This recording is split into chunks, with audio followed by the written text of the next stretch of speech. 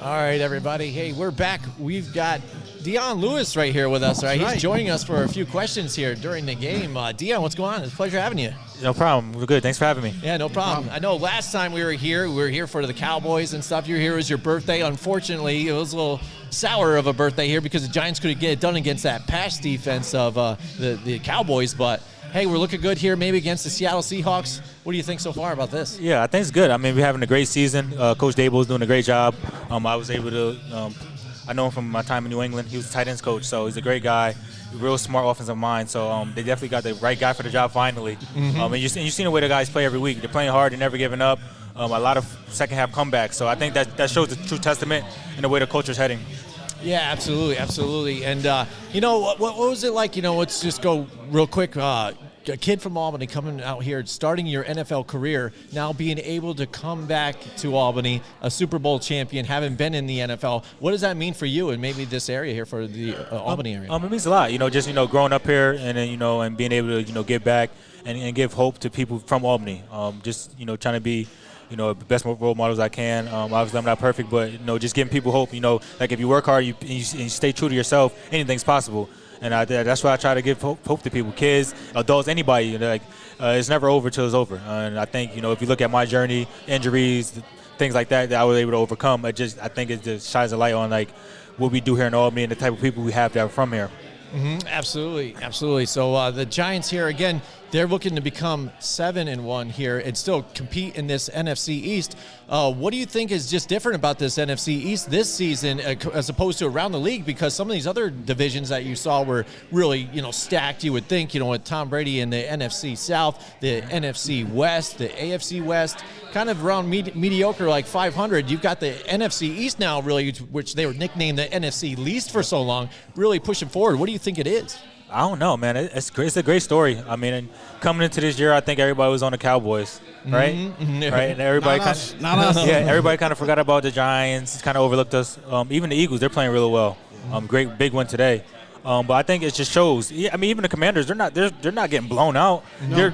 They're losing at the end of the game. I know they lost to Tennessee, a tight one a few weeks ago. So, it's competitive. And I think you're seeing some of the stronger conferences, like with the Raiders and the Chiefs and the Broncos, they're all struggling, right? That's why you play the games on Sundays. Yeah. And that's why, the talkers talk before the season, right? And then you go on the field on Sundays, you prove it. So, you like the AFC, what is that, the AFC West was supposed to be the strongest division. Right. But now you look at it, Russell Wilson's throwing picks. He's doing up, downs and stuff on the plane, right? Everybody's trying to sleep.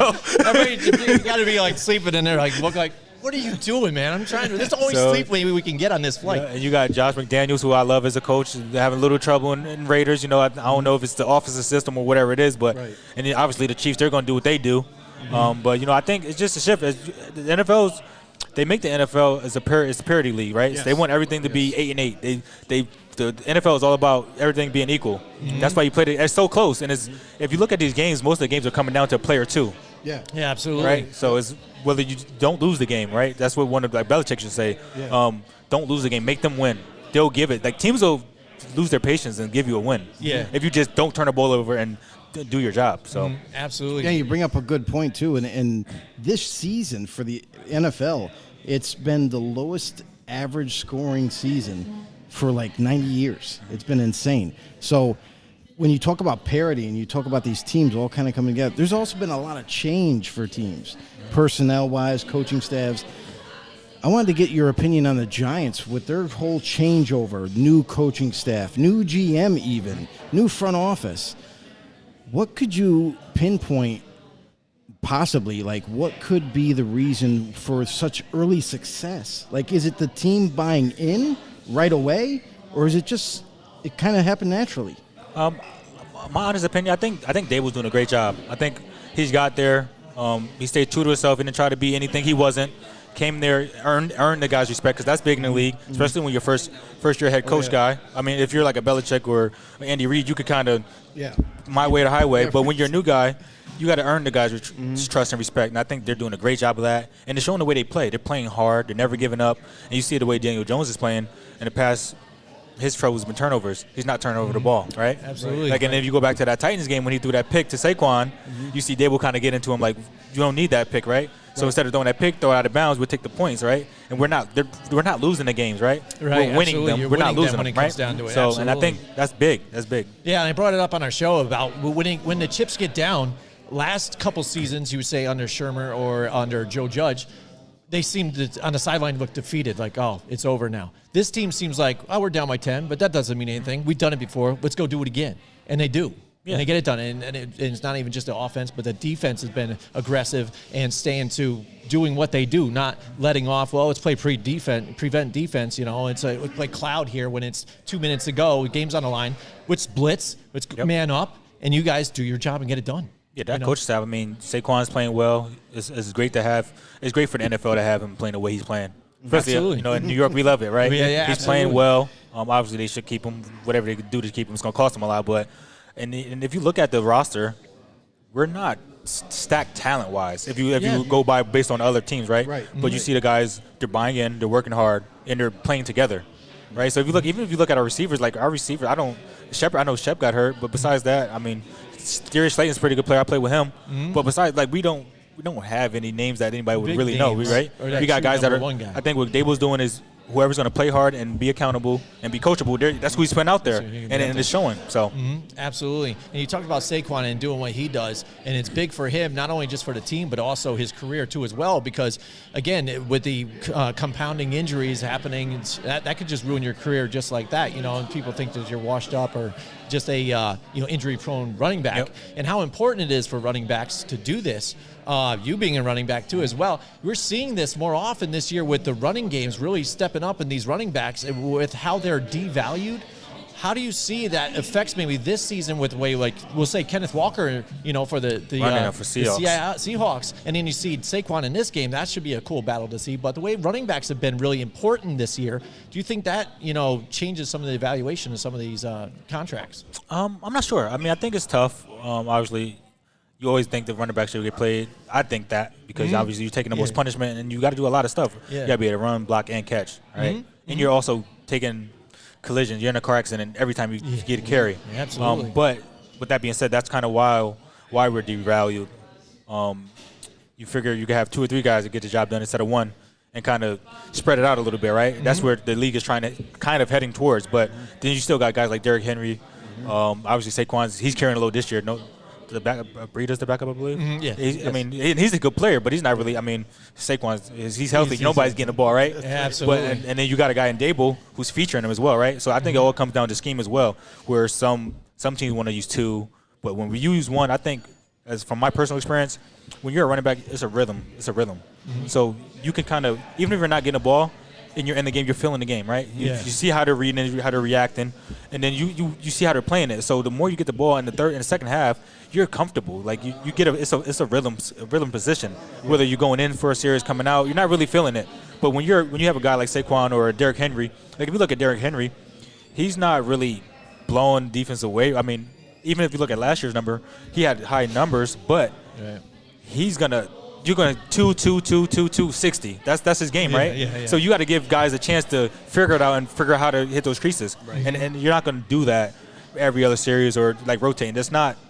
Some guys can, but if you ask any running back, I'm pretty sure they'll tell you the same thing. Yeah, absolutely. And, the Giants getting it done. What do you think about even Daniel Jones, the way they've been able to utilize his legs this year, despite having that neck injury when he went for it on the goal line last season, having that such an important or even scary type of injury, it could be a career ender, getting healthy and still running the ball with them effectively. Yeah, I mean, Daniel's been doing a great job for the team.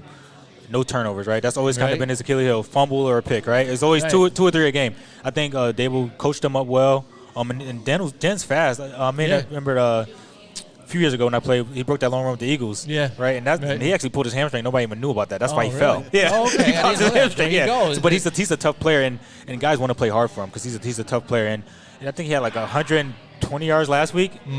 So like he's fast and he's big. He's 6'4", like 230. Like he's not a small guy.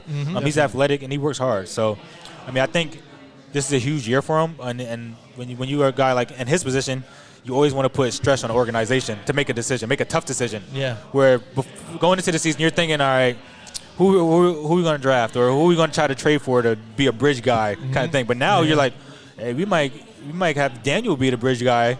I mean, see what happens. We don't, Right. and this is only we're 6-1. If we go 12-5, 13-4, you can't let the guy like that go, right? You know, yeah. Then So- what do you pay him? You know what I mean? So I mean, that's going to be a conversation down the road. You talk about being possibly 12-5 in this tight division. How far do you maybe see these Giants going? I think it's still early. Obviously, with 17 games now, the extra games is going to hurt Yeah. and help a lot of people. I think we go far. Just the way we're watching, the way we're winning games, right? Obviously, some of it comes into luck and the way the ball bounces, but we're winning tight games. If you can win a one-possession game in the NFL, you're doing well, right? So we're not turning the ball over. We're playing stiff defense and we're running the ball, and we're solid on special teams. That's really the big thing. So if you don't got to do anything flashy, just keep doing what we've been doing. And then it'll take care of itself, and then you'll start building momentum. And then some of the receivers might start to pop as a guy to go to, or obviously Leonard's back on the D line. He's a beast. Yeah. So and then you got the young guys playing. That D line's playing real well right now. It's just as good as any in the league. So I think we can go far. I think you got to take it 1 week at a time. I think just keep going. Just keep stacking the wins, right? Keep stacking them. Keep stacking them. Because you never know. I mean, adversity is going to hit, and I think the way we respond to that is going to be big. But just keep stacking it 1 week at a time and keep winning because, I mean, Cowboys are doing well. That defense has played a great game today. And and the Eagles, I mean, boy, A.J. Brown can play. So I played with him in Tennessee. He's strong. Especially in that defense. If defense, every time I looked up on the TV, there was an interception by the defense. I'm like, wow, man. You got James Bradbury, who's a all-pro player making $16 a year, and then you got Darius Slade making the same amount. So, like, who are you going to throw to? And then you pick the middle field, but then there's front seven. They still have Fletcher Cox, Brandon Graham, you know, guys like that who's been there for a long time. Those guys were there when I was there. Right. So exactly, they've been there 10+ years. So they got their leaders on defense, and then they got the new guys they added from. They took Bradbury for us. We couldn't pay him, right? Yeah, I know, right. So but that's the funny thing is we couldn't pay him, but we're doing just as well without him, and that's what I mean. It's everybody working to do their job to get it done, and you hate to see it, your rival doing things like that and getting these guys and stuff, but you got to appreciate what they're doing. And, I mean, that's the funny thing about the NFL. Sometimes it changes scenery or a scheme, or there's a lot of things that go into a player having success, especially when you switch teams. Because if you're at a certain team, you might be a man corner, then you go to get paid somewhere. Now they're cover 3 or cover 2, then you got to try to adjust your style to their style instead of them saying, all right, well, we got him, we just gave him this, we're going to play, he's going to do this. Some coaches do a great job at that, some not so much. So I think that's a lot of things that's overlooked as well. Absolutely. We're at Restaurant 605. We got the Giants playing the Seahawks today.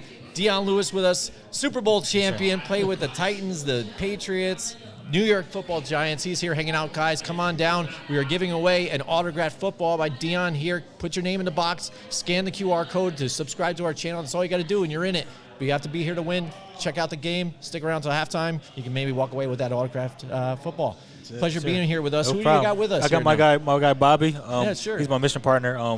We're here trying to raise money for Best Buddies. We have a gala this weekend. All right. Tell us about that. Yeah, we're trying to be champions. So we had a 12-week period where we try to raise as much money as possible to be crowned champion, and that's what me and Bobby are doing, guest bartending, trying to raise money, make him feel special, right? It's all about him. There you go. He's been tremendous to work with, and I want to give him an opportunity to get on a mic and kind of have some fun. No problem. Come on here.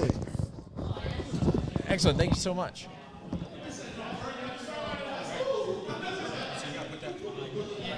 Yeah.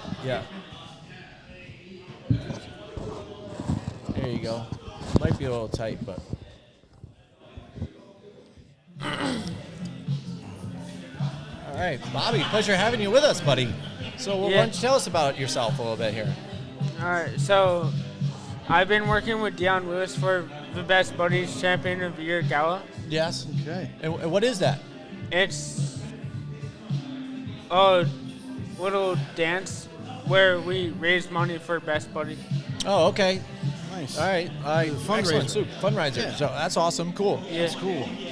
Excellent. So who's your favorite team out there? Is it somebody that Dion maybe played for, like anybody, like the Patriots or My Giants? favorite team growing up was the New York Giants. Yes. And that's really cool that Dion was the New York Giants.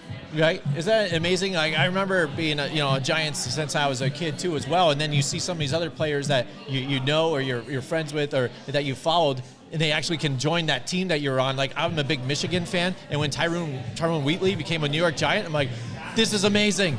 It just stinks that his career wasn't that very good with the Giants, but it was still cool that I was still supporting him though too as well. One of my friends went to Ohio State. Yes. Go Buckeyes. Yeah. Oh yeah. And There you go. now he's a New York Jet. Oh, there you go. Oh, that's awesome too. Definitely. Excellent. So when's the next gala that you guys are doing to raise some Well, money here? Gala's on Thursday. Okay. So what are you guys doing extra moving on to support to gain some more, So today we did a guest bartending event. Right. Okay. Right. Okay, cool. Excellent. Is there anything special that you're mixing up for anybody, or are you just serving out beers to people or drinks? I mean, you got a special concoction you're doing? Or? Just serving drinks and making drinks. It was a really awesome experience. Right? Isn't it cool to be a cool. bartender? Yeah, it You know what? Well, advice too. I'm a former bartender as well. Just be a great conversationalist too. Yeah. Talk to people because people love that. People go to the bars to get drinks all the time. Anybody can serve and a drink. watch football too. Yeah, absolutely. But it's the conversations. If you listen to them and have a good conversation with them, they'll come back to you and they'll keep throwing you the money for tips. Yeah, I So, agree. absolutely. Cool. So what do you see in this game though? Are you still? You said you were a Giants fan. Are you still a Giants fan? Yeah. All right. I also like the LA Rams too. Oh, excellent. Cool. What do you And like New York about the Rams? Jets. And the My Jets. friend. Support the Jets too? That's Yeah. cool.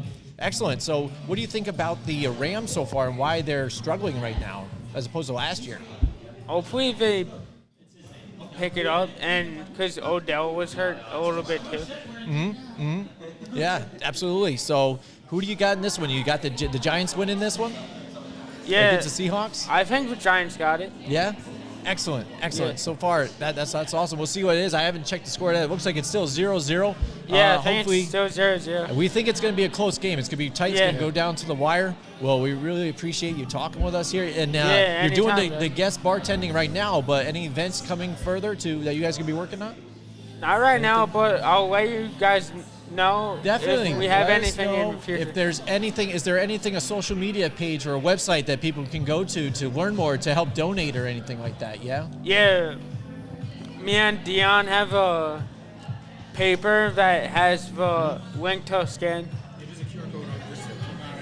Yeah, and there's a Best Buddies New York Instagram page. Okay, Best Buddies There New we go. York on Instagram. And So check Dion, that out, could you you guys. give that paper to show them? Yeah, sure, no problem. But we love it. We love supporting things like that too. I mean, Yeah. we will definitely. share it all that we can too. We love teaming we up go. with all that Yeah, stuff. this So is how you donate for it, guys. Dion and Bobby, 2022 Champion of the Year candidate pair. Check that out. So big congratulations to Dion and Bobby. Support Dion and Bobby's campaign right here. Let's see if I can bring that up to the camera. You can hold that up to And- Dion. Just hold that up so people can scan the barcode maybe right there with their phones a little bit there. Okay, and if not, again, we'll share it along our social media. We'll get it out there so that anybody can scan that too All to right, help thanks, donate. guys. Champion of the Year. Hey, best of luck. Yeah, Congratulations. thank you so Definitely. much, guys. And For hanging out with us. it was 12 weeks. Okay. And the first week, or one of the first weeks, we went ziplining. Oh, Oh, that nice. sounds awesome. I always wanted to That's zip awesome. line. It was an awesome experience, guys. I bet that's awesome. cool. Excellent. Yeah. Well, appreciate you hanging out with us and coming out with us. It was pretty scary, and it was really nice meeting you guys. Yeah, no Hey, no problem. problem. Pleasure meeting you too. Take care, right? Definitely. Good luck. Thank you. Thank you. All right, everybody. We had to go live one more time just to see you guys out there. Have Dion on here. It was a pleasure. Him and Bobby. Support Dion and Bobby right there. Like we said, the Champion of the Year Gala. Go to their Instagram page. We will be posting that further on in our group too as well. So thank you so much, and enjoy the rest of the game. Thanks, buddy. Thank you so much, Dion. Yeah, it. there's the ring right there. I Yeah. love it, man. That's awesome. You gotta try it. Oh, that's cool. That's yeah. dope. Look at that. Yep. That's nice. Man, Big. look at that thing. Yeah, that's heavy. How do you hold that thing? I think my second time wearing it. Yeah. SB's 2018 Yep. today. Right? Yeah, that's funny because people would ask me. I think even my son, because again, he's a big Chiefs fan, which is crazy because I think he just loves the whole Mahomes and everybody and stuff like that. He's young, but he had asked about Super Bowl rings. Oh, is Dion wear his ring? And I'm like, I don't think so because most guys, when they have the Super Bowl rings, they don't really wear them out in public all the time. You got to put away special occasions. Like a fundraiser. Yeah, Yeah. Right. absolutely. Right. Yeah, so there you go. Every day. Yeah, right. My parents walking around with it.